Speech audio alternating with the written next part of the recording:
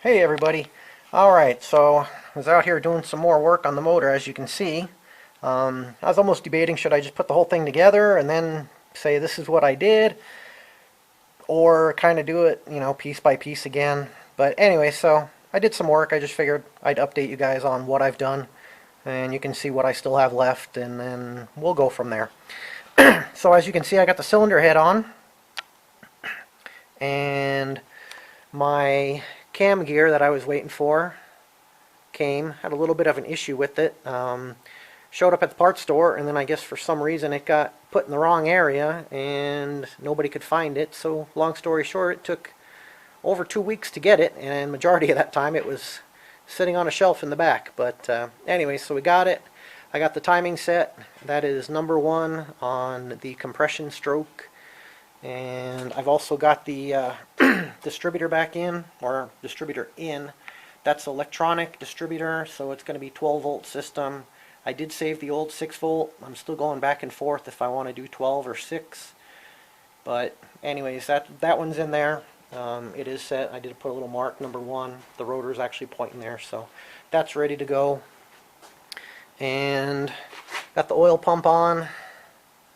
Actually just pulled it apart, checked it. Everything was in clearance. So I just put some new gaskets, cleaned everything, greased everything up, primed it, and put it on there, so that's good to go. And looking at the book, I guess I had this, which is the oil slinger, and that goes on after the gear here. I got to still knock this key way back out. I just put it there so I wouldn't lose it.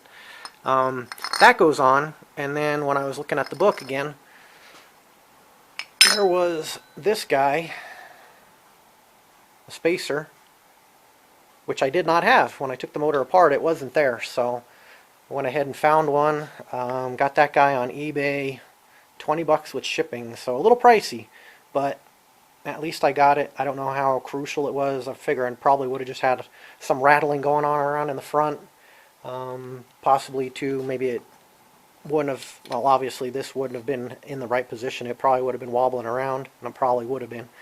And maybe that would have caused or had less or more chance of getting a leak on the front seal. Not really sure, but anyways, like I said, saw that was supposed to go in there according to the book, so I went ahead and ordered one. This way when it goes back together, all the pieces are correct and everything's the way it should be according to the book. Anyways, I think that's about it for now.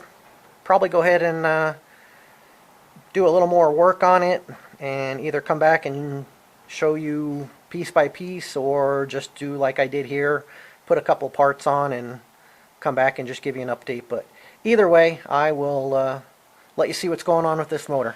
Alright, thanks guys. Hey everybody. Alright, so just wanted to give you an update on the little Go Devil engine. As you can see, I've got more stuff done. Timing covers on, fans on, water pump, the pulley, which I didn't realize had to be pressed on, so I had to take the water pump back off and press that on in the press, but anyways, it's there. Got the new distributor in, which is electronic. I did keep the old 6-volt, can't even talk, the 6-volt distributor, just in case I decide to go that route, but honestly, I don't know. It's a toss-up. I kind of like the idea of going 12-volt and having the electronic ignition rather than messing around with the points. But am I really going to drive this thing that much where it's going to be a huge headache to go in there and check the points occasionally and all that good stuff? Probably not. So anyways, that one's in there for now. We'll see what happens as it gets closer to actually going in the Jeep. Let's see here. This one hose is a little bit short, as you can see here. So I'm going to have to rig something up there, make a little connection or something. This seems to be the longest hose I can find. Either that or I can have one made, which may not be a bad idea. But again, for right now, that can kind of wait. And What else? Got the tappet cover on.